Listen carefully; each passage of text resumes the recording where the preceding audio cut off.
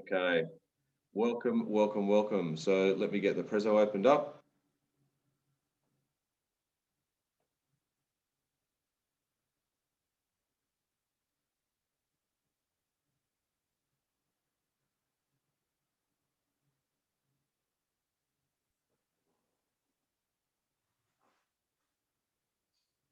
Okay, we should all be able to see that now.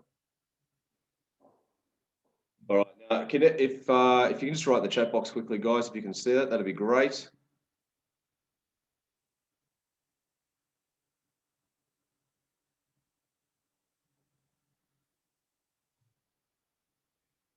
Yep, Della, thank you.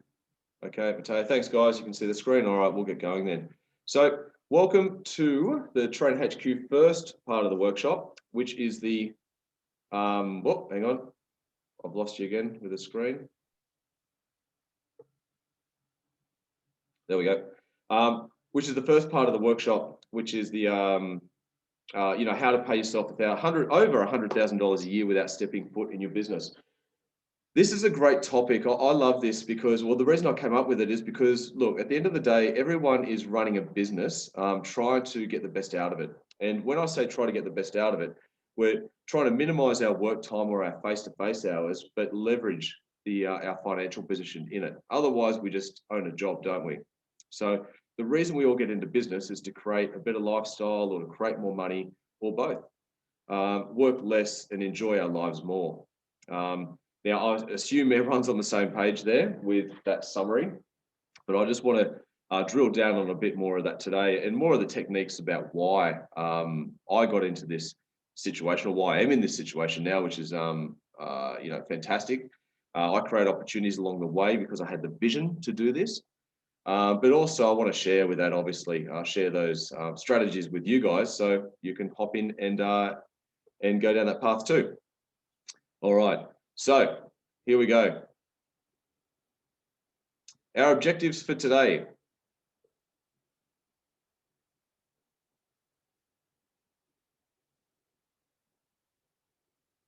Oh, hang on.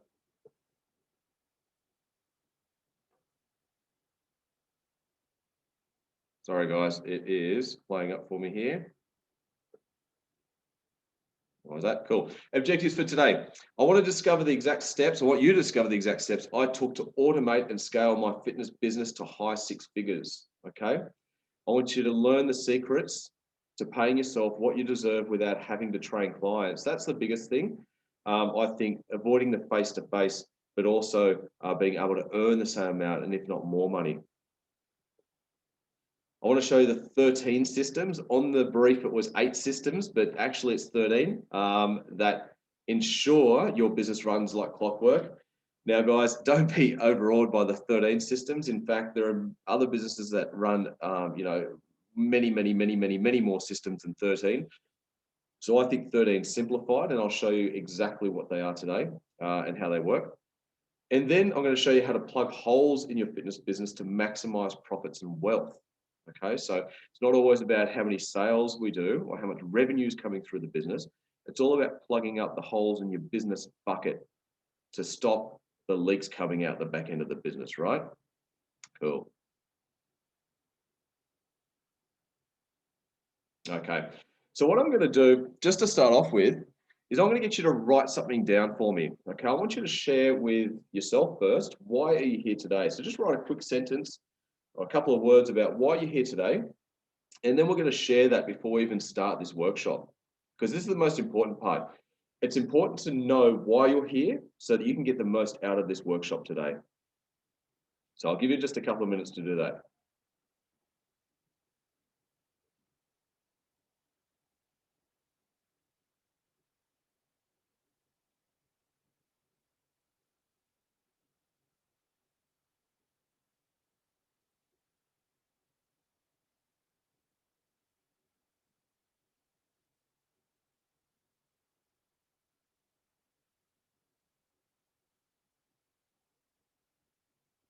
All right. So guys, is anyone willing to share why they're here today? And you don't have to go on video. You can just sing out on the mic there, or you can write a message. It looks like Della has unmuted. So Della, would you like to share? Yeah, I was just going to say, I feel like I've just been slogging away for years and years, and I've grown, but I just feel like the next step really is to start more of a system where I don't have to do everything all the time.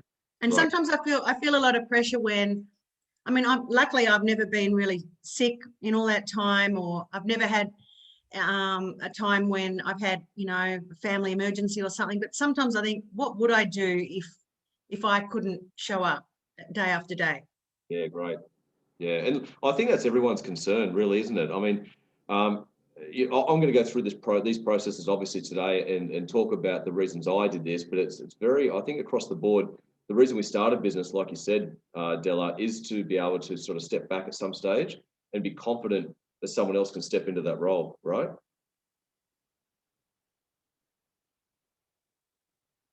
Yep. Yep. Sorry, I muted myself, but that's exactly right. That's right. Cool, Della. All right, beautiful. Anyone else want to share? Mel here, Melanie McKenzie. I'm actually at Carolina's house, so that's why I'm not up. How are you? No worries.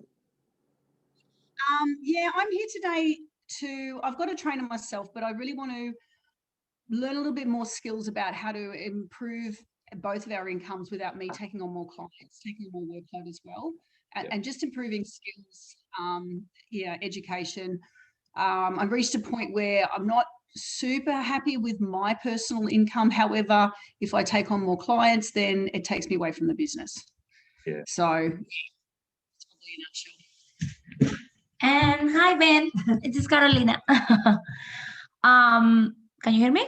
I can. Go ahead. I think my main take here is I've been working with Brad, he's my coach, in all different strategies for creating leads, but I still feel that there is not really like a system specific for it. It's like, oh, I come up with this idea, then let's see if it works. But it's nothing like a specific that I can think I'm going to put my second trainer on. I feel like I have to start everything from scratch again, so I would like to have a little bit more of an idea of lead generation.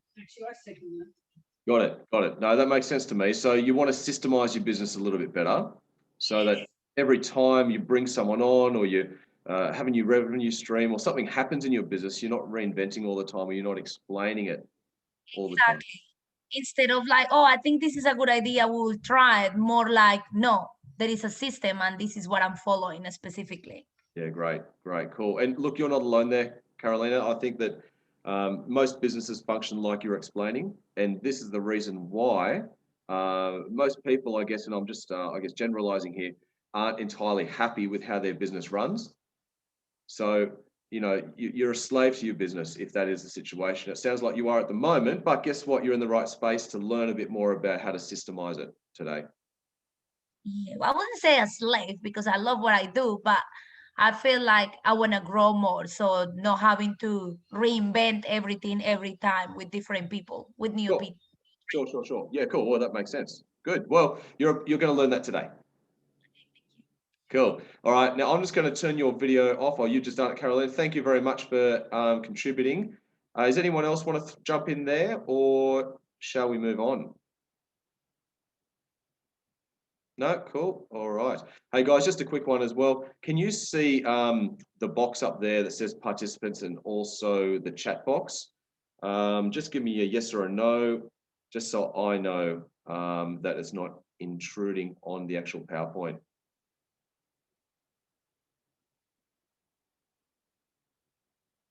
Okay, you can see the chat box. Okay, you can see that, but it's good. I'll just minimize those. I'll keep the chat box there, just in case someone wants to jump in. Okay, so thanks for sharing, guys. We'll move on with the presentation. So first of all, I want to tell you a little bit about me because this is important. You want to be able to know that I'm coming from a place of, authority on this topic. So, you need to know a little bit about my journey as well. So, God, what is it? 22 years ago, I graduated from personal training school, I call it, which is, your Cert 4 now, basically. Then after that, 2001, I graduated from uni. So during uni, I was being mentored and developed my plan for my future studio. So I knew back then, while at uni, I wanted to have my own studio. In 2004, I actually opened my studio, BitRev Studio. So I've had that 17 years this year, which is awesome. I love it. And I'll explain more about that journey later. 2005, got married. 2007, first child. 2008, started corporate health business. So I started that because I was getting a little bit bored with the studio. I had a few things systemized. It was humming along nicely. I had some staff working there. I just wanted to challenge myself. So I started a corporate health business, which ended up turning over 6 figures as well as a side business. So that was really cool.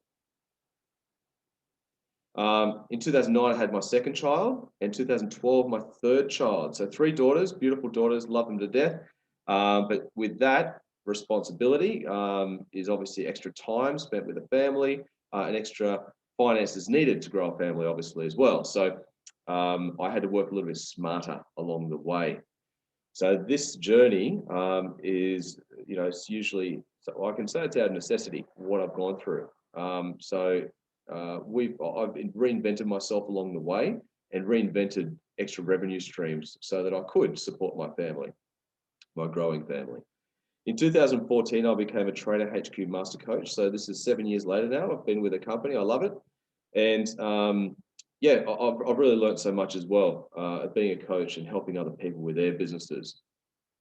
In 2015, I started Smart Studio Solutions, which is my consulting company, and where I've created products to help fitness businesses in the fitness industry worldwide.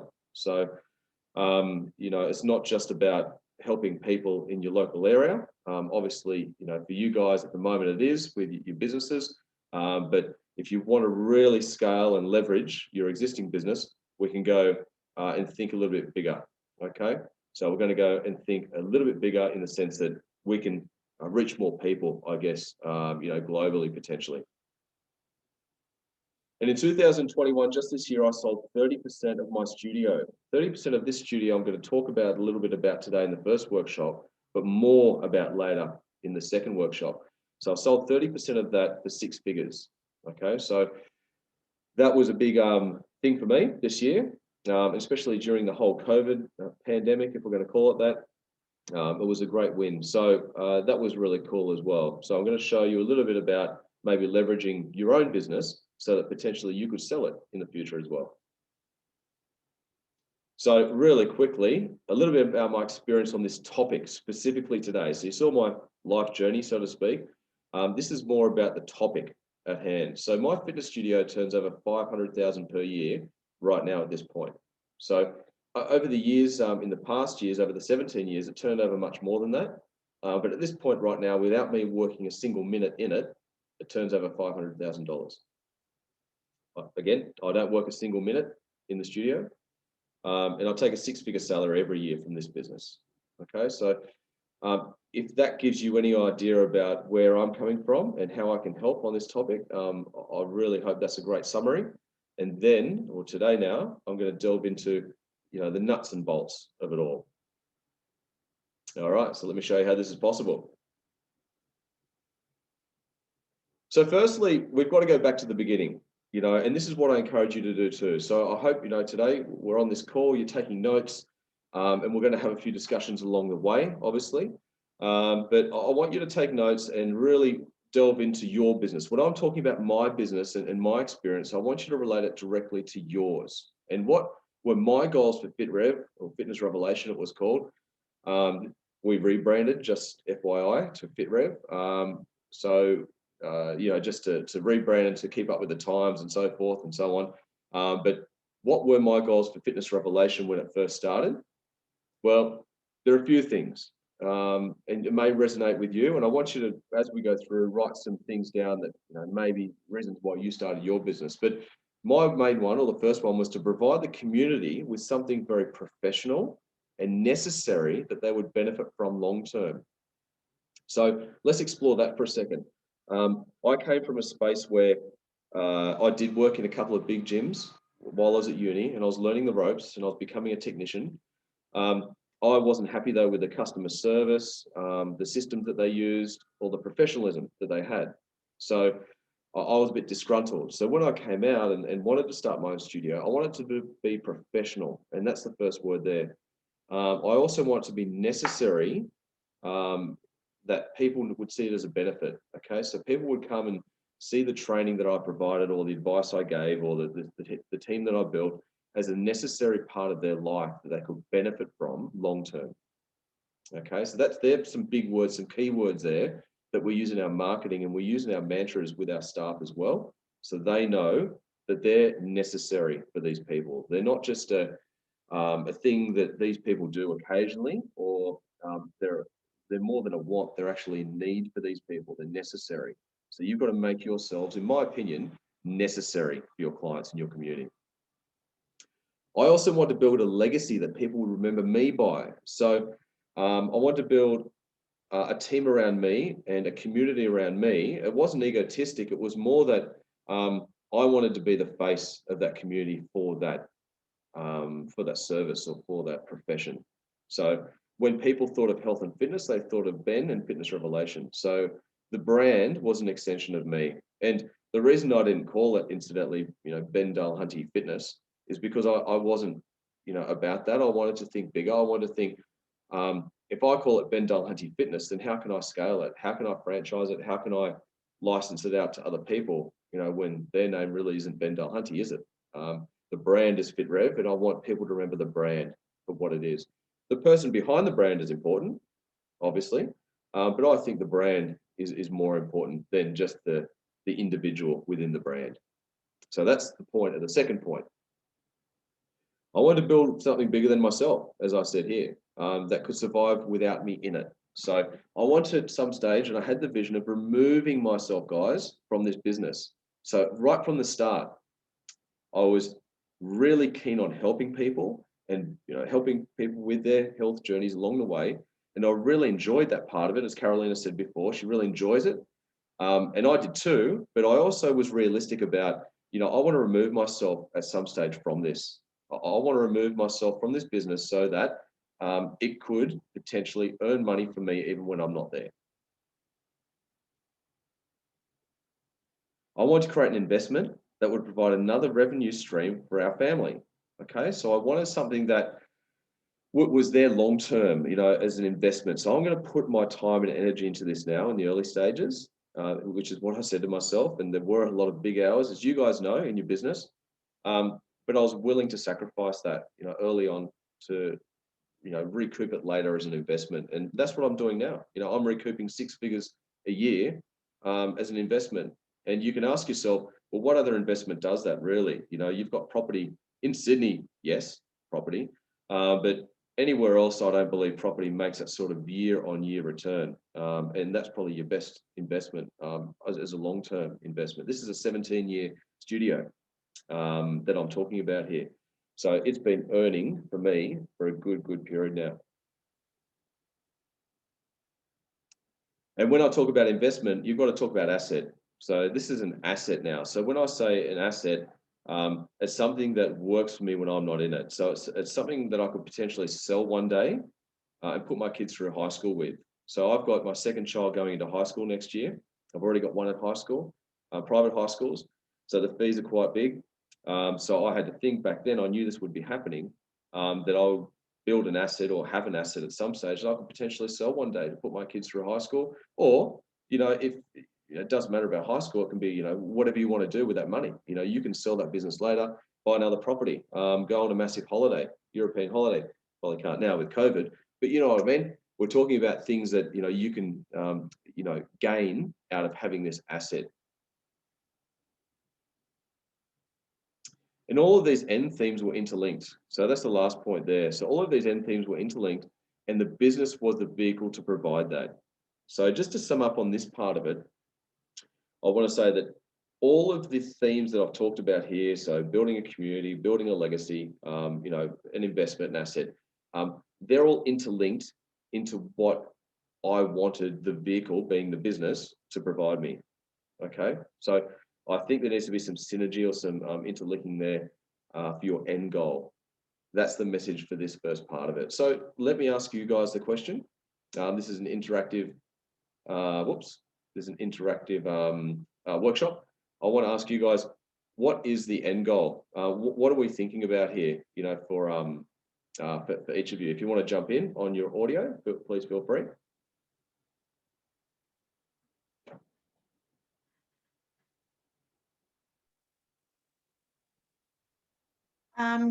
Oh, it's Della here. Hey, Della. Hi, I would like my business to be thought of just to be the first thing that comes to mind for any sort of 40, 50, 60-year-old woman living in the eastern suburbs of Sydney. Awesome, love it. So you got your niche figured out? Yep. Yep. And I'd like to be sort of well known as a place where if you're in that age group, you can come to me and we'll look after you. Great. And you want to be that role model, don't you? That person out front. Yeah. They think about. Yeah. Excellent. Yeah. Excellent. Thanks, Della. Anyone else there, guys?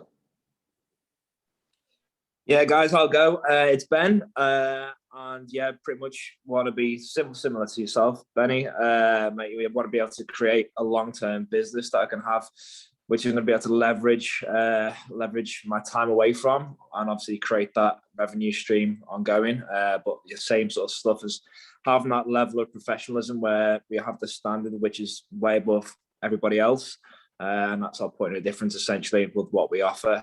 So just standing out from the pack, where just managing my time and obviously making sure that we can have something that's a long-term, a long-term business which is successful. Bloody excellent, mate. Love it. Thank you for sharing that. And I'm sure you and I both work together. I'm sure that is the case. Yeah. Anyway, it already is already, but it's going to get even better and better. Yeah. Anyone else, guys? Yeah, I'll be here. Hey Ben, how you doing, mate? Long time no speak.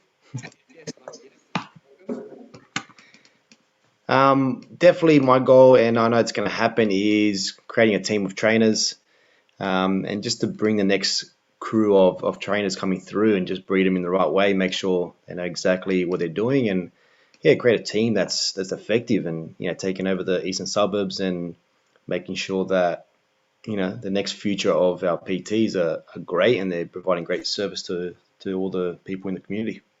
Yeah, love it, mate. Excellent. We work together. Everyone else doesn't know, but Alvin and I work together as well, and he's building a really good system there for bringing on new staff as well. So I can see that happening, mate. Well done. Hey Dan, it's Amber Hudson here. How are you going? Hey Amber, good. How are you? Good, thank you. Hey Della, I met you at the last seminar a few months ago. How are you going? Oh, Della can't hear me. I just going to say, hi Amber. How are you? Yeah, I've been following you closely on Facebook and loving all the stuff. I've been liking your Instagrams too. But anyway, we can catch up later. Yeah, my goals are similar to Della's. I just want to solve the feeling that women have that they're losing control of their bodies and their looks and things that matter to them as they age. But I'm sort of going from like the mid-30s onwards. So I just want to be the woman who understands them and specializes in helping them so that they're not wasting their life worrying about things that I can help them with and they can actually get on with the rest of their lives. But for myself I want my business to be self-sustaining, and I want it to be a business that provides me with a lifestyle that I want, that's taking care of itself, that I'm not actually having to go and work in it all the time. So that's my ultimate goal, so that I've got that for the rest of my life then, and I don't need to necessarily retire from that. That's where I want to get my business to. Yeah, that's bloody excellent. Thank you so much for sharing that, Amber. Sounds like we're all on the same page, really, aren't we? We're all here for a very similar reason. So no, look, thank you very much for all of you sharing your journeys. And look, I certainly know that you're going to get a lot out of this workshop here. So we'll continue on and we'll circle back around a little bit later. Okay, so we want to get clear on your end goal. So we just touched on it then. I guess the key questions here are, what is it that you ultimately want from your business? So we just shared a couple of ideas there, which was great. Again, writing some of the answers down as you go is a great way of picking up tips along with this workshop too and getting the most out of it. So the question to you guys, and I'm going to continue just flicking these questions through. So don't worry again if you can't keep up and write the answers down as you go, because I'm recording this, you will get a copy. All right.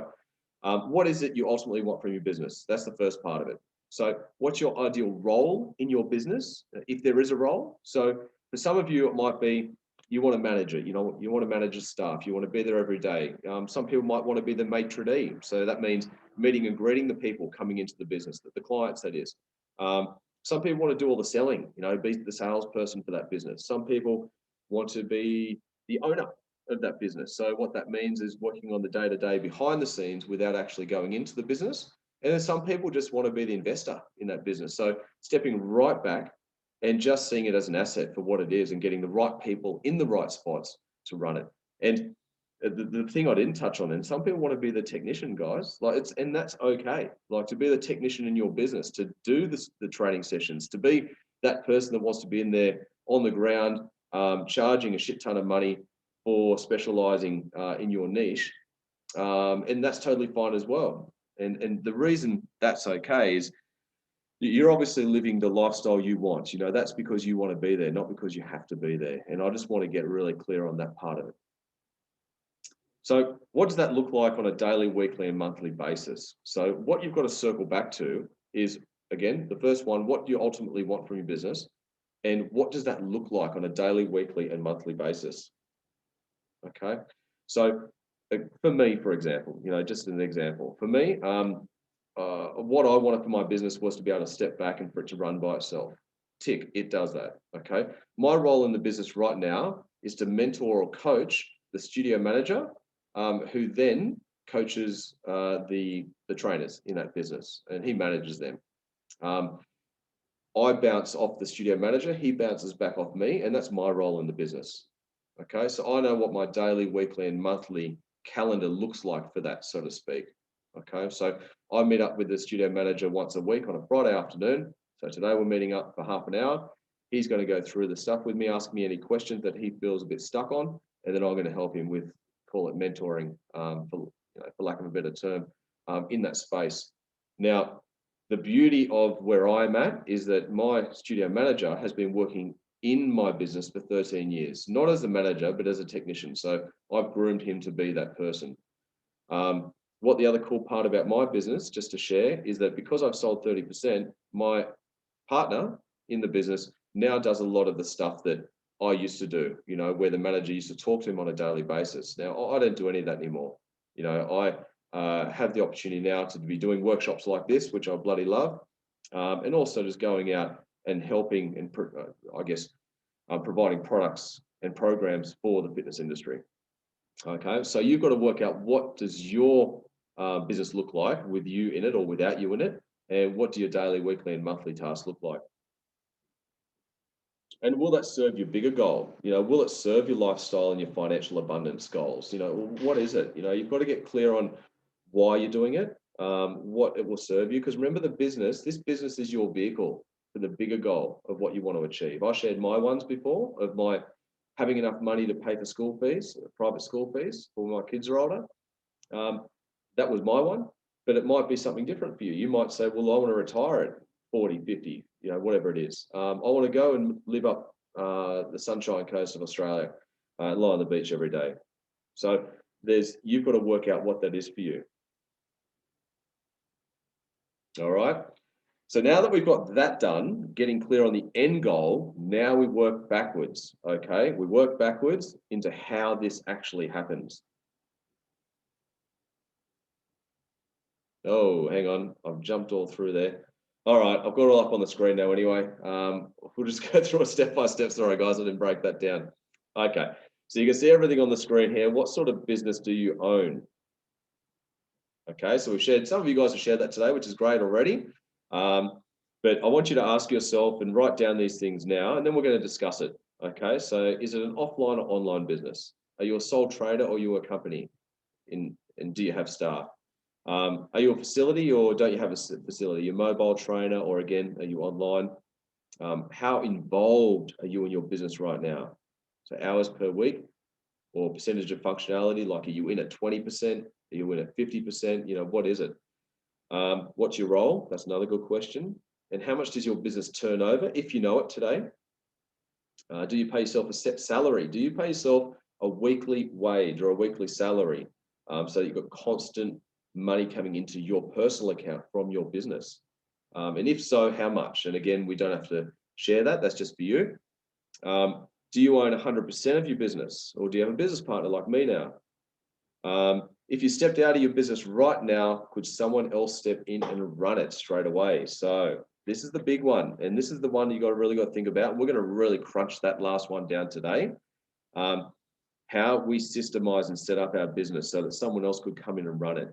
So the last question's a killer. Oh, sorry, not killer, a kicker.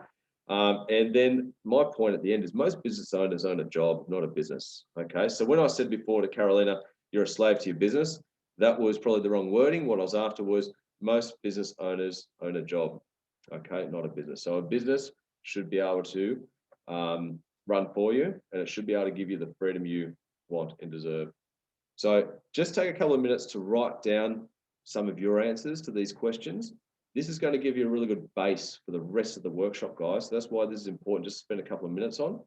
And for those who want to share while we're going through this, please feel free. And again, I'll get you. If you do want to share, please just open up your mic and have a go. It's an open mic at the moment. Hey guys, it's Ben. So I've got my own studio. I'm on the Central Coast in Terrigal. And with the COVID at the moment, the lockdown situation, we've actually leveraged our sessions outside.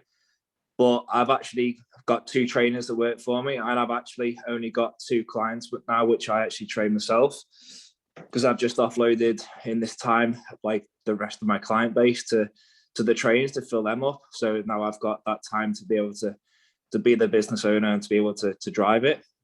So yeah, pay myself a salary every week, and I own 100% of the business. And yeah, we're all systemized. We're all up to speed of our structure and systems. And essentially, my long-term goal will be because at the moment I'm managing it essentially and driving it. But long-term, yeah, I want to be able to potentially step away from it or sell a portion of it, but just want to be able to be the business owner, be the face of it, be the one to drive it moving forward. But yeah, this COVID sort of stuff has been a bit of a blessing.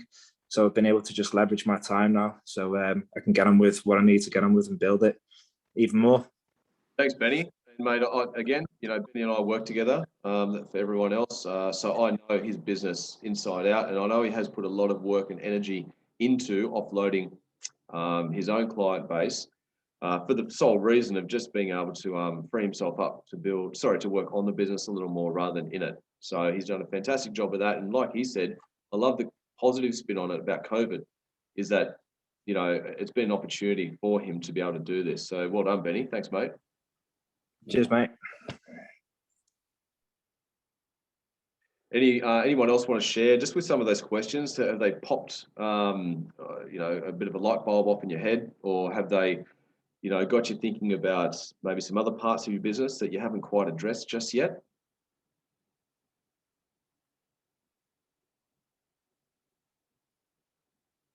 Yeah, so I'm just before a few of those steps. So I'm basically just a sole trader working for myself at the moment, but I've always been very business minded and very focused on I'm trying to scale and enlarge my vision to be able to impact more of the community, but also bring up more coaches who can, have my values built into the systems, so then I can bring my values to the community.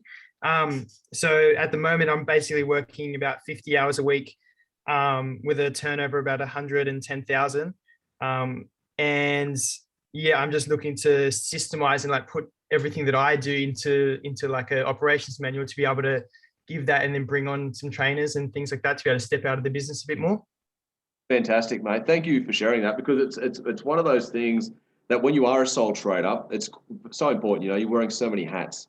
You've just got to, scramble and run so many parts of your business that you are doing the big hours. There's not much time to systemize anything. So one of my tips today, and what I'm going to show you, is how to systemize your business, but where to systemize your business as well, to get the most effect out of, I guess, out of the processes going forward and making it easy for you guys. So thanks for sharing, mate. I appreciate that. No problem. And it's Amber again. Amber. I'm even further earlier down the line than that. I've been running nutrition coaching for about 6 months, and I've been with Trainer HQ for about 3 months. And through this process, we've sort of realized that I was always doing my personal training in the background, but I'm actually accelerating that forward and just finishing it off now so that I can start adding personal training into my business, because the nutrition coaching alone was not going to get me where I wanted to be financially or, you know, with what I wanted for my business. So at the moment, I'm actually technically running as a company because I already had that set up for myself years ago, but I am effectively a sole trader. I'm doing 100% of everything on my own. But this is so important for me because I want to grow big and I don't want to waste time with that growth either. So it's one thing to come in, I think, once you've kind of been plodding along for a while, okay, and then get this kind of advice and then set up those systems, I can actually plan to set up those systems ahead of time before it even happens. You know what I mean? So I feel really quite lucky like that, that I can actually move in the right direction from the beginning instead of having to undo things and repackage them to be better. You know what I mean? Of course. And that's the perfect scenario, really. So you are in the perfect scenario where, you know, you can set up. I did the same thing when I was at uni. I was setting up my studio with the systems based on what I was seeing wasn't working in the gyms I was working at previously during uni. So I did something very similar to you. However, when you get into that space, you're constantly adding to it, reinventing it, tweaking it. But at the same time, you've got the framework already of those systems. So that's good. That's awesome. I feel like we've just got a completely blank slate at the moment. So I'm really looking forward to just, being super efficient at getting all that stuff done. But as I said, I know it's a work in progress. I mean, I didn't think I would be extending into personal training 6 months ago as quickly as I am now. I thought it was sort of something that I thought I might always add in it in future, but it's actually working out really well. I wouldn't have gotten to this point as quickly had I not been with Trainer HQ to realize the limitations of what I was doing. You know what I mean? Yeah, great. Oh, I'm glad that program's already working out for you. That's fantastic. Thank you, Amber, for sharing. Yeah. You there, Benny? Yeah, Matteo, I am. I think I had Carolina on first, mate. I'm sorry, but we will Go for it. get you. Is that Carolina? But I am a sole trader and I have one PT working for me. Soon it's gonna be the second one. How much time I invest in my business is, I think I'm involved like at 70% because my other PT is doing a lot of hours as well. So I'm thinking it's not 100 because of that. Yep. But my role is pretty much wearing all the hats, which is hard. How much the business turnover? It's about, I'm working maybe 50 hours a week, not just training people, but like working on the business. I would say half and half, half on the business, half in the business. I'm turning over 160,000. But I do not pay a set salary for myself. So I have heard of that, but I've never done it. But what I'm sharing this with you guys is because when, I don't remember who spoke first, the first guy that spoke, he said that he's trying to remove himself from the business. And then now that I'm pregnant, I'm thinking, okay, I'm setting up everything for my PTs to take over my clients my clients have been with me for so many years. And I'm like always thinking like, okay, they're gonna go back to me once I'm back to work. But then when he said that, I was like, oh, maybe I shouldn't go back to train them anymore. Maybe I should be going back to investing the time on the business, not in the business anymore. I never thought of that. That's cool, isn't it? I mean, that's why we have these workshops and these discussions, so that, you know, possibilities are opened up and opportunities. Yeah, so I'm always with my clients. Okay, I'm gonna be away for months, but you get back to me, and it's like they're my clients. Kind of like I love them, so I'm really attached to them. But then when I don't know who was talking, he said that, I'm like, oh, maybe I shouldn't be thinking of that. That caused me like a like a bulb, like a smart moment. Yeah, good. And that was Ben, by the way. Ben was the first speaker there. And he, look, you know, I think, Carolina, you get to that point of a mindset. It's more of a mindset. So you might still enjoy training your clients, which is great. But I think at some stage you've got to think a bit bigger, which you are now, which is great as well. So you've got a choice to make. And also, having a kid, I guess it'll be hard. So yeah. It's my first one. So yeah. And big congratulations. I do know that. So, yep. Well done. It's a whole new world. You'll love it. Cool. I'll go to Matteo and then we'll move on from this one, guys. Hey, Big Ben. Hey, big fella, how you going? Good, man. Good. So I was in the same, as you know, because we used to work together last year. Same position as Amber. I started pretty much when COVID started. So having to start up all the systems on my own, or with you, back then had pretty much a clean slate. Started from scratch with a little home studio. So that was tough, but getting all those systems in place really helped. Sole trader, obviously 100% into the business on my own. The wife does a few social media things for me that I'm not the greatest at, but don't pay myself a wage as yet. I'm fortunate enough that I don't have to. And what else is there? Now just working on the social media side of it, but wanting to grow it so that I can get a partner. I've got a mate who I want to maybe start up with, in a year or two, and be able to, bring on some trainers and me step back a bit, because I feel like I'm better behind the scenes, than being the face of it. But yeah. Cool, mate. And look, for those who don't know, Matteo just mentioned it. He and I worked together at the start of his business last year, and when COVID hit, so it was a bit messy. But like Matteo just said, it was a good opportunity to develop those business systems, which have served him well now. And look, you're all in different situations. All the people on this call are in different situations. Some are similar, but we can explain what I'm about to explain to you now. You can all take away something from it. Okay, so this advice is for every walk of life, every stage of business. So take what you need from it in the next little bit. Okay, all right, here we go, guys. I'll move on. I've done it again. Look, I've got all the things up there. Okay. We're going to go into understand your business, okay? So my advice to you today is to learn every aspect of your business, all right? Now, when I say every aspect of your business, what that means is, from sales to marketing to client retention to accounting to staff training, development, interviewing, everything. You need to know every part of your business. You don't have to be an expert in every part of your business, but you need to learn it, okay? So when you're starting by yourself, in your own business, you need to learn every part of your business because you're really developing it, right? You're wearing every single hat in that business anyway. But the further out of your business you get, or the further removed you get, you still need to be across it all. And that's what I'm going to explain today. You need to know what are your revenue streams. How many streams do you have? What do they total? What do they do? Who do they serve? What are your expenses? So it's not always about filling your business bucket.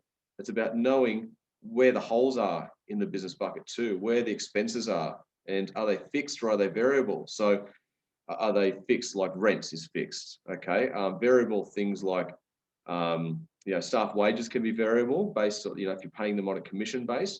Variable things will be like equipment costs. You might have to repair equipment now and then.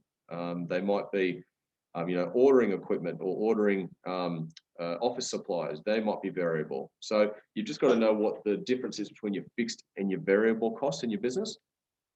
Another one, and a lot of people don't know how to read a profit loss or a balance sheet of their business. So firstly, and by the way, I didn't know how to do that. I think the first 6 years of my business, I just relied on the accountant doing it all, which is what most people do. And look, I encourage you to farm everything out to the people that are experts in those spaces. But I'm a big believer, you've got to be across everything. You've got to know the basics. So a basic summary of your business is a profit loss sheet and a balance sheet. They're the two basic summaries of your business.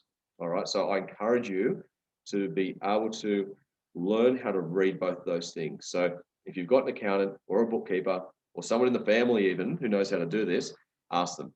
Okay. Just so you're across it. You've got to know how much money your business makes without you physically being there. If anything, it may be zero at the moment. All right. But at this point, you just got to know what it is. How much money do you need on a weekly, monthly basis to survive?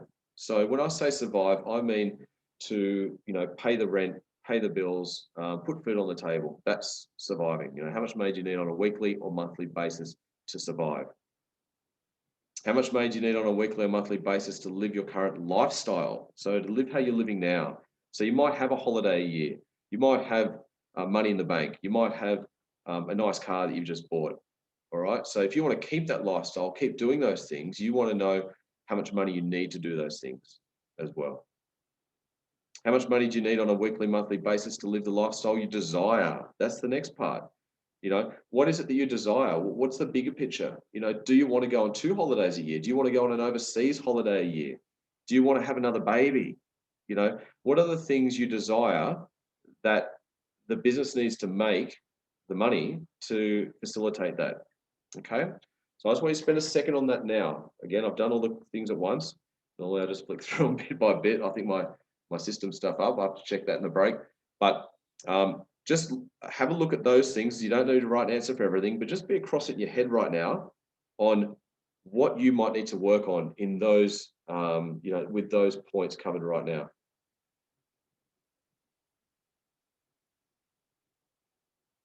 If you want to, guys, I'll let you jump in for a second as well if you want to ask a question before I move on to the next slide.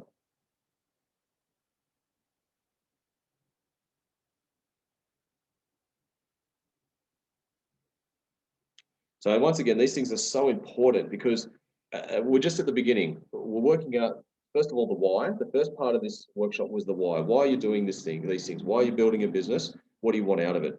And then we've got to drill down to what makes this business run? You know, where are your revenue streams? What are your expenses? How are you measuring all this? How are you tracking it all? So you need to know if your bigger picture, what you want to do and when you want to leave the business and how you want to leave the business can effectively happen. All right, but these things have to happen first.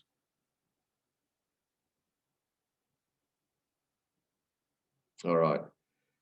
So now we go to the importance of the 4 S's. The 4 S's, as you can see here, are your systems and software, your staff, support, and then scale.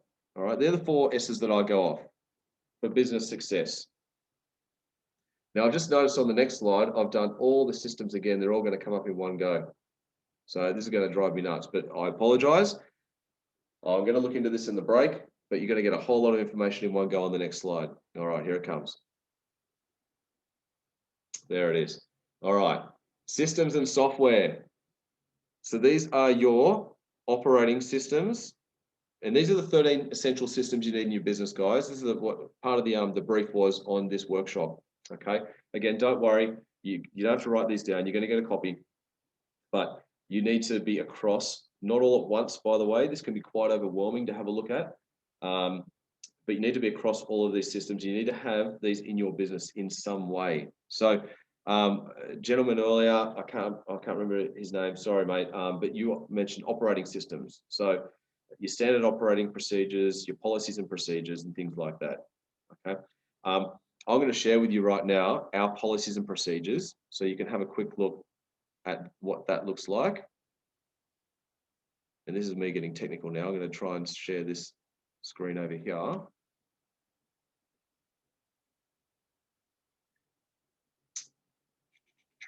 Okay.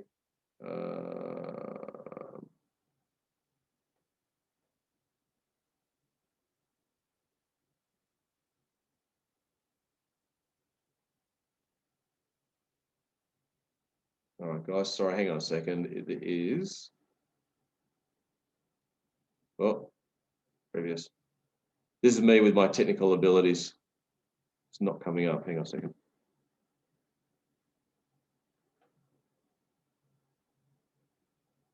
Okay.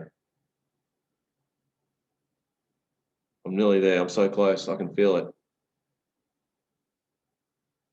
Okay, can you guys see my screen? Not the PowerPoint, but the policies and procedures that I'm scrolling through.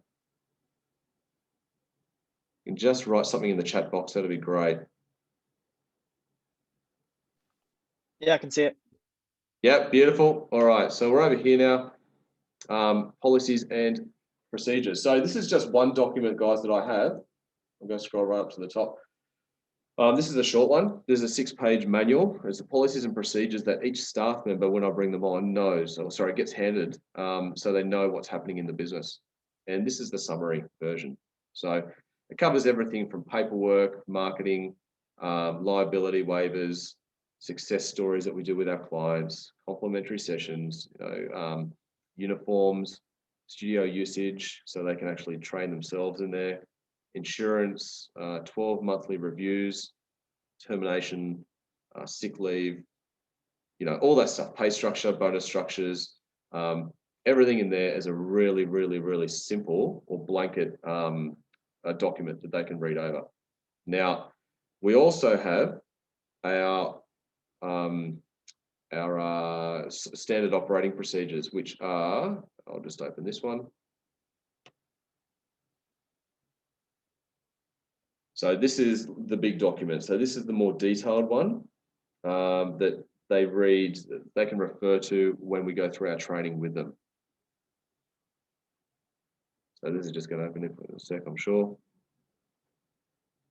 But this is like a 35-page document. So this is the big one. It covers everything from, the way we treat each other. Here we go.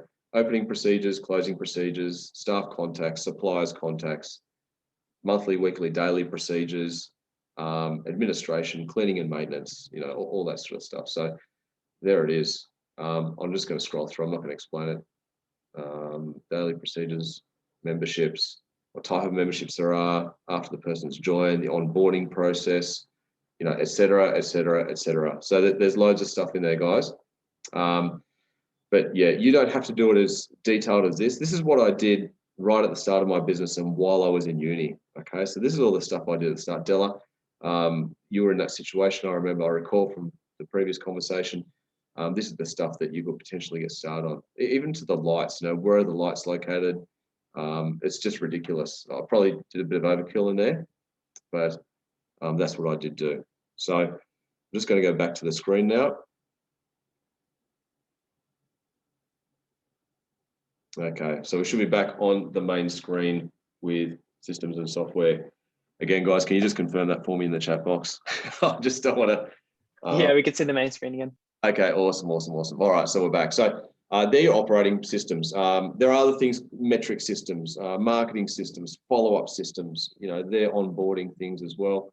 Then we've got things like customer care systems, upsell systems. You can read all of it on the screen. I'm not going to go through it in massive detail, but these are the systems, the 13 essential systems I have in my business, which when I say they're systems, they're actually detailed. So each trainer or each person that comes into my business and works for me is prepped during their 3-month probation period and understands each system by the end of that 3-month probation period. Okay. Whether they know the intricate details of each one is up to their level of permission, I guess, with each of them. So, for example, if we've got trainers who are level 1 trainers, they may not do the sales systems just yet. Okay, we may leave those sales up to the level 3 trainers or the studio manager. So we have systems in place though for each person in that business to be across. So this is now, and what we were talking about before, Carolina, this is a systemized business.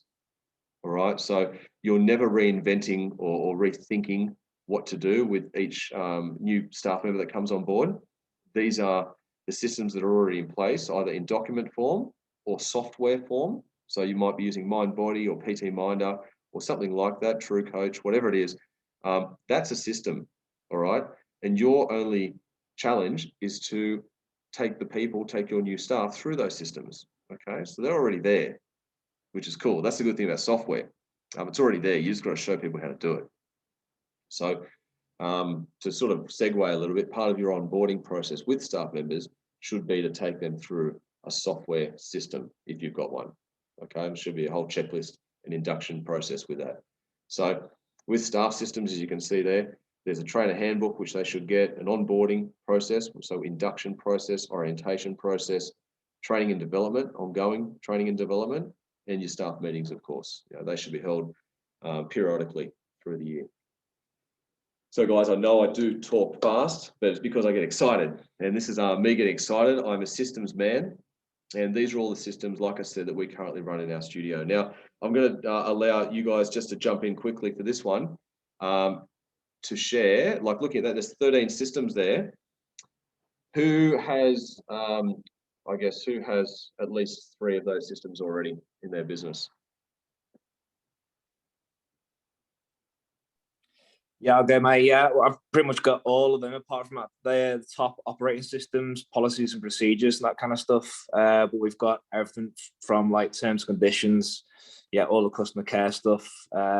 One thing we could definitely do better on would be the sales systems, I suppose. But like, you know, following people up if we haven't heard from them. We do have like an automated email, if, you know, for leads potentially, but we could probably do better on that, because at the moment I just do that when I remember to. But now I've actually been able to, you know, utilize my time a bit more now. Actually, I can just systemize things again, just to refine that a bit better. But yeah, I think it's important to make sure if you're looking at putting on a trade in particular, start with those ones. Make sure you've got the relevant ones according to what you know, where you are in your business. Focus on those ones and build up from there, I would say. I agree, Benny. And just on that point, mate, do you feel that, you know, now you have the systems in your business, it does run better, especially with bringing on staff?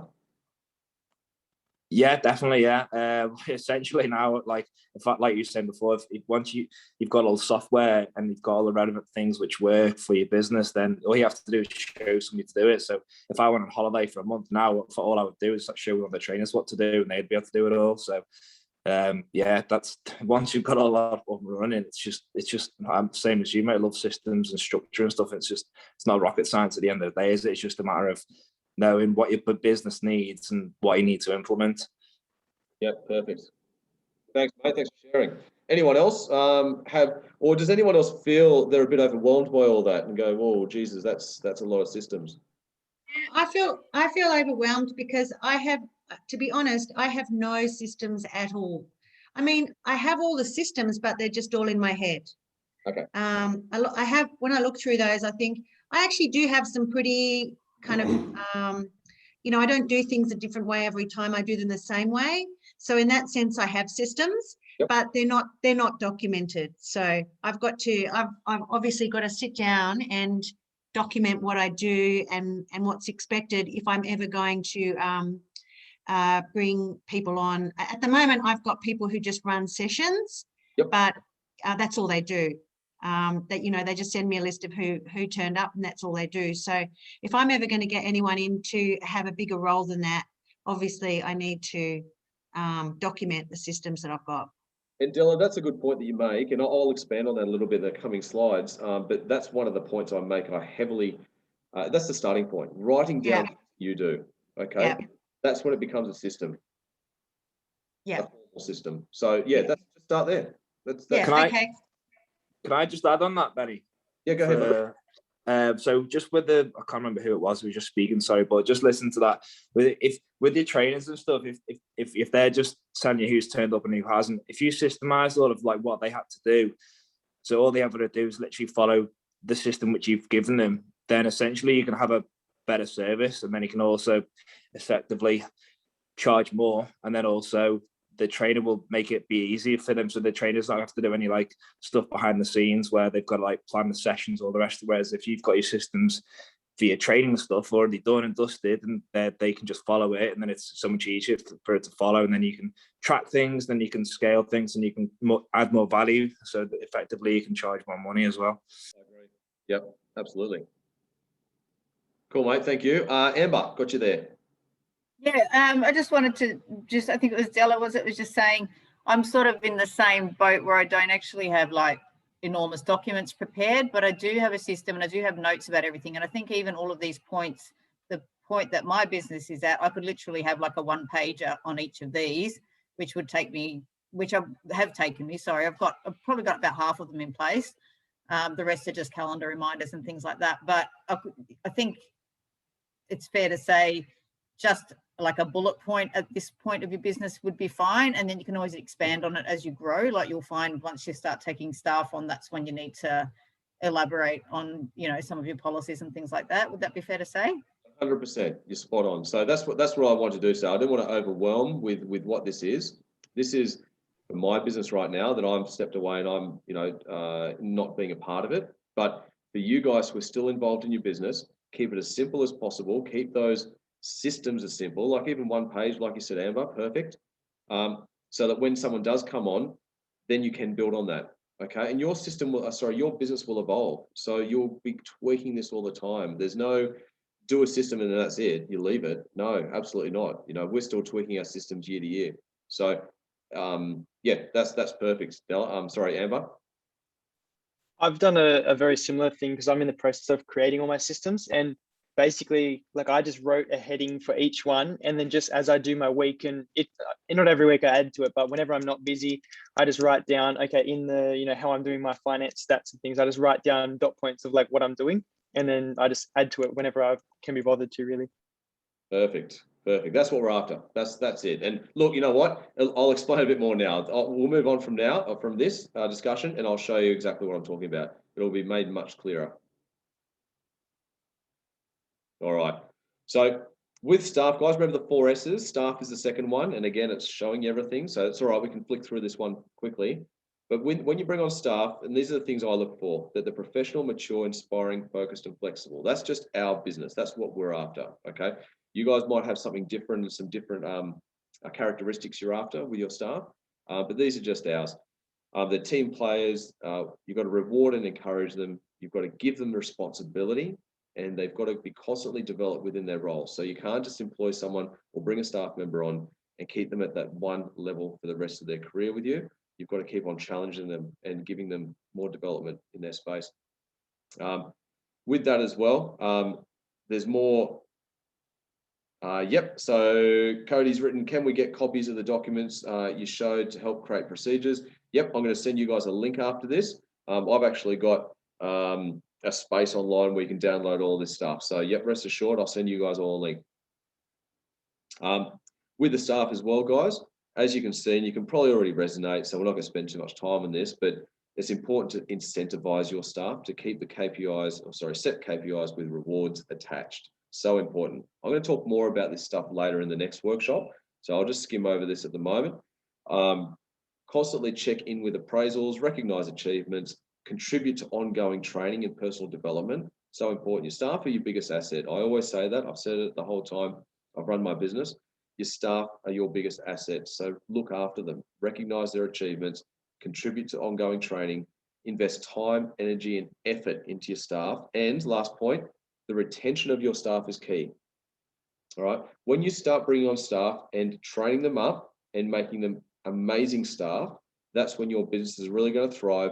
And then that's when you can start to take a back seat. And that's when we start, right? The topic of this whole conversation is how to make a 6-figure salary from, working 0 hours in your business. The staff are the main one. They're the ones that starts with the systems and the software. It comes into the staff. They learn all those systems and software. They're your personality. They're extending your brand. Okay, your staff are the engine of your business. So look after them. The next part of this is support. Okay, make sure you do have a support network around you. And support networks come in various roles. So these ones here are professional support networks. Then you've obviously got your friends and family. They're your emotional and personal support.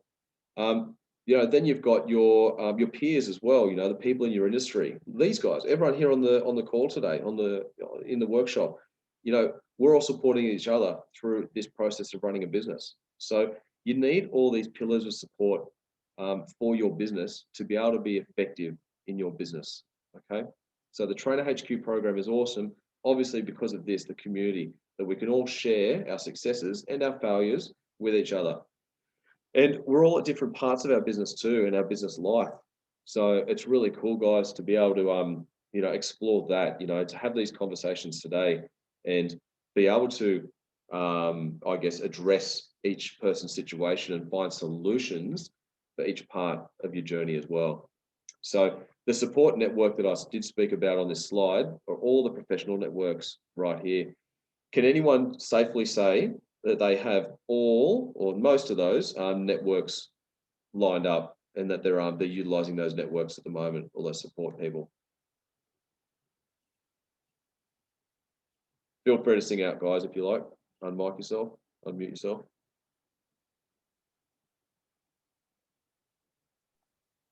Yeah, I do have all of those actually.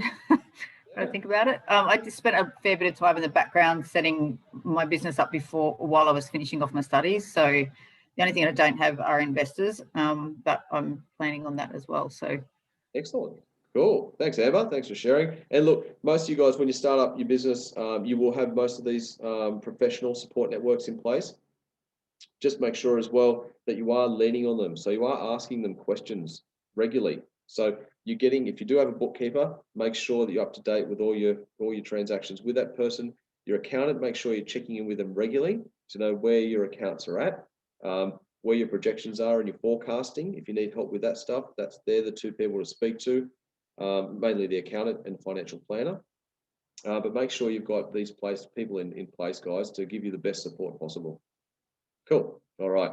Now, the last S is scale, right? So, and this is, look, I'm not going to say the biggest one. It's, you know, when we're going through the most important pieces of the 4 S's, this is the one that really pushes your business forward. Okay. So just to give you an idea, I was working 90-hour weeks for 18 months, the first 18 months of my business, my studio. I had no staff, no support, and really just no idea. Okay. That's the summary.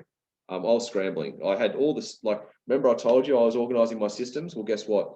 They only can help you for so much so far, unless you have the right structure and the right support and the right staff as well. Okay. So then when you get to that point, you've got to commit to growth and scale. So by growing or scaling, or what I'm talking about here, I'll tell you in a minute, the scale process is to leverage your business. So just to make it go that next level of income, but also freedom for you. So how do we do that? I'll explain that in a second. But just to give you an idea, after 15 years of running my studio, it was before that, but 15 years later after I realized I was just chasing my tail for the first 18 months. The studio revenue was 750K per year. My take-home package was at 250,000 per annum, and the lifestyle that I wanted as well. And plus, you know, and this is not to brag, by the way, or to do any of that, guys. It's just to show you what's possible with what you can do with the business. Okay, so my business allowed me to live the lifestyle I wanted, pay myself a decent salary, but also invest. And that's what I'm talking about with scaling. Invest into other areas. So we invested into property, stocks and shares, obviously, cash in the bank for holidays, things like that. So you can scale your lifestyle based on your business. All right. So that's just a little snippet to show you what's possible when you start to think a little bit bigger. Now, basically what happens now? What happens now is, for me, I'm stepping away, as you know, like I don't do any hours in the business anymore. I'm never doing any face-to-face with clients. The only catch-up I do with the studio manager, and half the time that's remotely as well. So this is how I earn 300, and I work this out just working through the diary, $357.50 per hour from my trainers while I'm not even at the studio. So this is part of scaling, but it's also part of staff in the S's, all right? So there are 5 staff there every morning at my studio. And once again, in the next part of the second workshop, we're going to show you my studio. And when you see my studio, a couple of you have seen it and been there, it's tiny, right? This thing is 130 square meters and split into 2 rooms. It's, you'd walk in there and go, what? You're talking about these numbers that you're generating, but how can that be possible with such a small space? Well, I'm going to show you more in the next workshop, but this is just a summary. So $357.50 per hour from the trainers while I'm not in the studio. So 5 staff working every morning, 6 to 11 a.m. Now, remember, this is just the morning, all right? The studio's open all day, so there are trainers in the afternoon, but our busiest time is the morning, so I'm showing you that. They do 5 hours each, so 25 hours of PT. They're $130 per hour on average charge out rate, okay? So they're actually charging 65 for half an hour, but so it's 130 per hour. I take 55% of every session, so that's the total, 178,750. Times this by 5 mornings a week, it's nearly $9,000. That goes to me, right? So that's after I've paid the staff. Now, when I say it goes to me, that's not what I take home. Obviously, there's rent to pay, there's insurances, there's all that other stuff. But That's basically the gross profit after the staff have been paid. And my role out of all this is to get them busy, right? So it used to be my role. Now it's the studio manager's role to get them busy. But I relay the tactics and things like that to the studio manager. Okay. So I guess what I'm trying to say is when you leverage, when you have staff, when you have support, when you have systems, you can start to scale and leverage your business.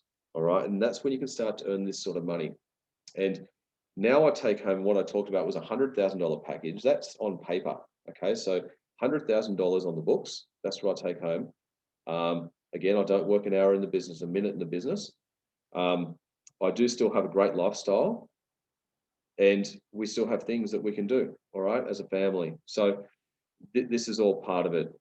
Now, can anyone see themselves potentially in the next little bit, if they use some of these tactics, start to see themselves earning a little bit more money already? Absolutely. Yep. Cool. Yes, definitely. Yeah, it's not rocket science, guys. It is hard work. Question there, Ben. With the 130 average charge, so you're saying that your PTs charge $130 an hour? Yes, that's correct. 55% of it. Yes, that's right. So I guess your PTs must be super experienced to charge. Yeah, so the next part of it, Carolina, which is, again, this is why it's a two-part series this today. You'll see how experienced my trainers are and what we bring to the community as a business. So this is, and by the way, they're quite expensive prices. For Sydney, it's actually average. That's probably about right. I've got two trainers that are charging, $95 for $190 an hour. Okay, because I will be interested to see if the trainers, and that's something that I've been noticing, if the trainers are super good at it, like they can charge $130 an hour, how do you maintain them for them not to wanting to do it themselves? Yeah, good question. Good question. And you know what? I'm going to leave that for a second because it's coming up. Okay. All right, but great question. And you know what? It's not a silly. Everyone asks that question, and I'm more than happy to answer it. I'm going to show you how it works. Okay. Cool. All right. So, and by the way, guys, just before I move on, that was just personal training, that example. All right. So that revenue generated was strictly from personal training. Now I'm going to show you how to scale and leverage your business with multiple streams of fitness income. Okay. So this is MSOFI, multiple streams of fitness income. So we've got studio memberships between $95 and $275 per week, direct debit only. That includes group exercise and personal training. That's one of our revenue streams. Personal training is what I touched on. They go for $650 to $900 for a 5-week term, so 2 sessions a week. That can be direct debit or a package. Semi-private training, you can read all this: group exercise, massage, exercise physiology, and corporate events. They're our multiple streams of fitness income that run through that studio. So what I guess Carolina was just asking was, how do you maintain these staff to do all that? I will show you that. But what I do want to show you first is you've got to scale your revenue first and foremost. Make sure you have multiple streams of income. If you can't do it all yourself, because it's impossible to run all these services yourself, outsource it. I've got a massage therapist who comes in. All right, she rents out the room, and then she splits the I give her the room for the massage. We've got a little office area. She does massage out of there, and I take a percentage of each massage she does, or the business does. Takes a percentage. Exercise physiology, exercise physiologists. We've got 2 of them, and they run at those prices, and they take a percentage. All right, we split the percentage, similar to the personal training. All right, exercise physiology is a bit different. It's a 60-40 split. We take 40, they take 60. So there are different ways of leveraging your income through your business through different revenue streams. Okay, if you don't have a facility, that's still okay. You can run different services. You can run your personal training. You can run outdoor classes. You can run boot camps. You can run challenges. And this can all be outdoor. Online, you can do different things. You know, you can sell products, you can sell programs. You can do Zoom sessions. There's so many different opportunities. You just got to work out what those opportunities are for you and your demographic. All right. Now, I'm going to move on to this. You know, this is knowing your numbers. So in this group, I'm sure, you know, you're all business owners. You're doing most of these things. You're already doing most of these things. You're budgeting, you're tracking, and you're forecasting. Okay. So just ask yourself, do you do that? Do you do all those things? Do you know your budget for your weekly spend on marketing? Do you know your budget for your trainers? So like I said before, the commission split. Do you know what you're charging the client? Then do you know what you're getting per trainer or per training session? Then do you know how much of that you have to pay in tax? All right, these are just examples. Are you tracking? Are you tracking how many sessions are doing a week? Are you tracking how many cancellations there have been in the business? Are you forecasting? Are you forecasting your numbers? So based on last month, let's say you signed up 5 people, are you forecasting that to happen again next month, and the month after, and the month after that? Or are there things that might happen that might be coming into winter? So you might drop that back to 3 new members, you know? So there are all these things that you've got to be across in your business. What's your break even? And when do you officially earn a regular salary? So break even means when you're paying all your expenses or your fixed and variable expenses with the revenue that you're generating. Okay, that's break even. Then you've got to pay yourself on top of that. So when do you start earning an official salary after that? Okay, there can be profit in your business, but generally as fitness professionals and as sole traders, what you do is you just take that profit out of your business and use that as your own income. All right. Now that's all well and good for a sole trader, but when you run a company and you've got to, you know, there are more moving parts, you do have to think about having a salary, which is what I do. How often do you meet with your accountant or financial advisor? I touched on that earlier. So you're across everything, you know, your monthly projections, your monthly growth, your monthly losses, you know, where the business is going, how many, if you keep up a certain, I guess, pattern in your business, or if it's a decline, how long have you got until that business has to close? Or if it's on an uprise going well, you know, how long can this go for? And what am I doing right so that I can continue this? So they're the things you've got to think about, and, you know, meet with your financial people regularly. I meet with my accountant every month. Okay, my financial advisor every 6 months, just so I know that the money I'm earning is, you know, obviously doing the things I want it to do, but then, you know, putting it into the places that are going to make me the most wealth as well. So how often do you print reports and track your business health? You know, we do that on a weekly basis. I know every Friday afternoon what's happening in my business. So they're the reports that the studio manager sends me. So I know how many sales we've made, what the revenue is, what the revenue change is, what our profit percentage is, and what the business is doing for the next month or the next couple of weeks. Okay. So you've got to be ahead of the game constantly. So it's like a chess game. You've got to be a couple of moves ahead. So my suggestion is spend 1 hour every Friday arvo and get across these 4 things. Get across your numbers for the week. So your leads, your sales, and your lost clients, those things. The activities you performed, and analyze, were they successful and were you productive? All right, because you want to be spending your time on income producing tasks. You want to be spending your time on things that are going to move your business forward and not wasting time, obviously. Okay, you want to spend time on marketing for the following week. You know, what's the marketing going to be? If you're a sole trader or if you're doing the marketing, you've got to be doing that at the end of the week or start of the week, in my opinion. Okay, so you can set yourself up for a good week. What's the strategy behind that? Is it in line with your 12-month strategy? So your monthly and weekly strategies for your marketing and your growth have to be in line with your strategy for your year. And what are the goals and non-negotiables for the following week? Okay, so what are the things, and the guys who work with me on a coaching basis know that there are non-negotiables in there. You know, what are they going to be? And if they're not achieved, it just puts your business back. Okay, so they're the sorts of things I'm talking about there. Make sure that those things are ticked off. And look, not what the punishment is. I don't like to deal with negatives and punishment, but what are the things that aren't going to happen as a result if these things aren't achieved? Okay, you're going to be a week behind. You're not going to get to go on that holiday, or, you know, you're going to have to step back in the business and do some more sessions. You know, they're the consequences of not achieving the goals for the following week. All right, does that make sense to everyone?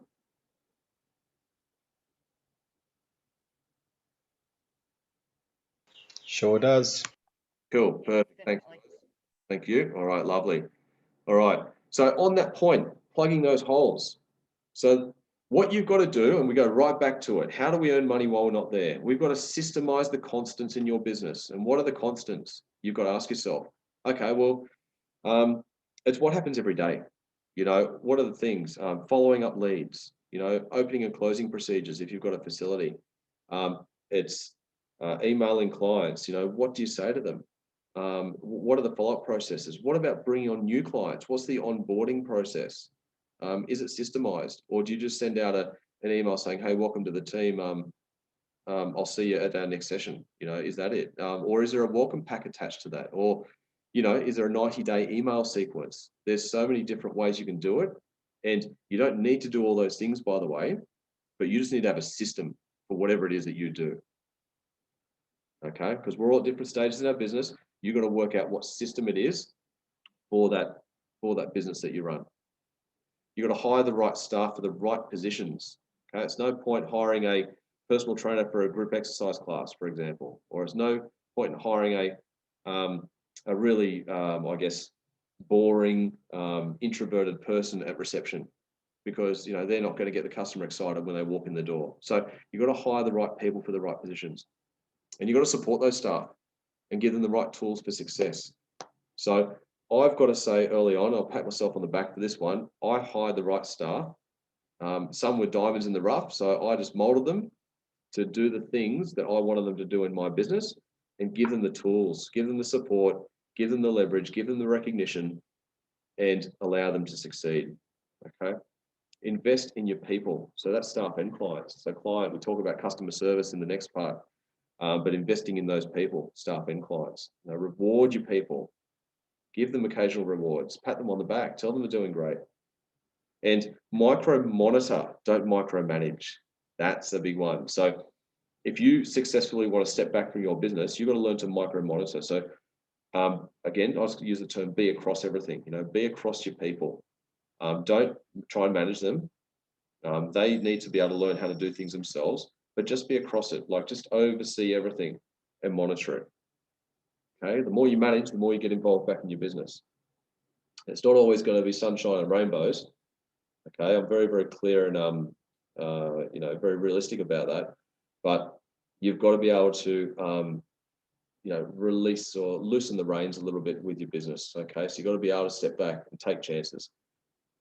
So, and work on your weaknesses, just to be across everything. So just make sure that if you're not really good with numbers or stats, that at least you understand them. You don't have to write them out all the time, or you don't have to, you know, do all your bookkeeping entries on Xero or MYOB or anything like that. Just make sure you might outsource that to a bookkeeper who's stronger in that space, or you go and earn more money training people, or, you know, selling memberships, or doing whatever you're doing that's your strength and that you enjoy doing.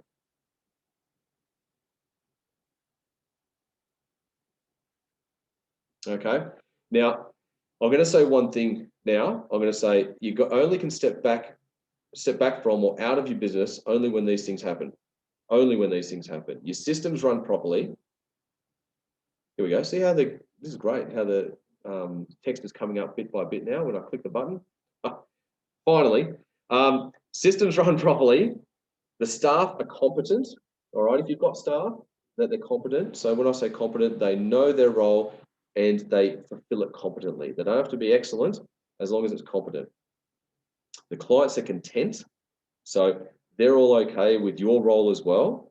Okay, and they're supportive of your next role and of your next move, and they support it. So they've got to be, and this is the big thing, you know, they've got to be supportive of it, because if they're not and they feel that you're just abandoning them, guess what? The whole thing's going to fall over. Even if you've got the best systems and the best staff, you know, the clients have to be on board with everything. So when I stepped back, I was very transparent with all my members, like not just my own personal clients, doing personal training with all the members of FitRev, so they knew what was happening. And can you afford it? You've got to be able to afford it, and can it support you? So can the business still pay your salary or a wage, no matter how big or small it is? And can you afford to step back from that space as well? You know, so does the money that you're going to get from stepping back support what you want to do in your lifestyle? Okay, and only step back if you don't need to be there. That's the other part of it too. All right, last line, perfect. When you can do this, you own a business, not a job. All right. Now, guys, my next workshop, not today, but I've actually done another workshop for Trainer HQ on selling your fitness business for maximum return. Okay, so that is a whole new thing. So the things that we've talked about today is being able to step back from your business and earn a six-figure salary. And they're the systems or the strategy that I showed you how to do it today. Okay. If you want to sell your fitness business for maximum return, go into the Trainer HQ business building website, I believe it is, and you can look at watch my webinar on selling your business. And that is another way, obviously, of making money from your business long term. Now, that's the end. Let me just come into here. I'm going to put my video back on. Okay, here I am. So that's the end of the first workshop, the first part of today. What I do want to do, Carolina, just so you know, all your questions will be addressed in the next workshop, which I will be recording as well, of how, you know, I keep my staff and what I do and probably why they don't leave. I'm very blessed, but I'll also show you the strategies around that. But this is the first part of the whole day's workshop that you would have done in Sydney with me. You're going to learn much, much more about my studio, my personal studio, the ins and outs of that, how I utilize all the facilities in that space, how I leverage every single square meter from that little studio, and how much each square meter earns me, okay, even when I'm not there. So I'm going to show you all that cool stuff. Right now, what I want to do is get you guys back on board for the last couple of minutes, just to ask any questions you have around what we've spoken about in the first part of it.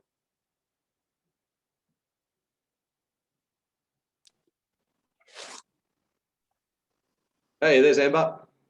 Hey, can I just ask, because you're in Sydney, I'm on the Gold Coast, and in terms of like the dollar value, I mean, obviously in terms of earning, it would be nice to be earning as much as possible. But obviously, I think your overheads would be a lot higher than what we would be paying up here for many things. And you say you've got a very small studio as an example, like things aren't really that small up here. We tend to have like bigger spaces available. Would you recommend when you're looking for a premises, would you think about when you said like you've got physio and your massage and that sort of thing, how much should that factor into actually leasing with a view of making room for those kinds of services as an attraction for your business compared to actually just going, no, I'm just going to get the studio space that I need because we're just doing training? Like, yeah, do you know what I mean? I know what you're saying. Okay, so my take on it personally is that you go with your core, like with your core service offering. So if it is a studio, start with a studio. That's all you need. Yeah. All these different options to start off with. Initially, you know, to outsource people and blah blah. Then you've got extra rent to pay initially as well before you build those spaces to cover that rent. So my advice would be focus on your core service offering, and then go from there. What we did, and again, I'm going to show you everything in the next workshop. You'd be surprised how little I pay rent, by the way, in my studio. So properly leverage your income and your revenue. Okay. All right. Mm-hmm. Thanks for the question, Amber. Anyone else, guys? It was breaking up. You there, Carolina? I can hear you. I couldn't. Oh, you couldn't hear? It's like breaking up. Does anyone have a question? Sorry, guys. I'm not rushing anyone. I'm just asking. No? No questions? Everyone good? All right. Well, I'll tell you what we're going to do. We're going to reconvene at 12 o'clock. I'll start the next workshop then. You'll have the invitation and the registration for that. I believe you've registered for it. If you haven't, check your inbox. You should be able to register for that one. It's going to be a very similar workshop as I ran now. We're going to have some time for questions along the way. But just make sure you have got your video off at the start and we'll turn the audio on as we go. Okay. So I've got just a more specific question. So I noticed that, so I'm an exercise physiologist, and one of my main struggles was finding a software that works for EP as well as personal training.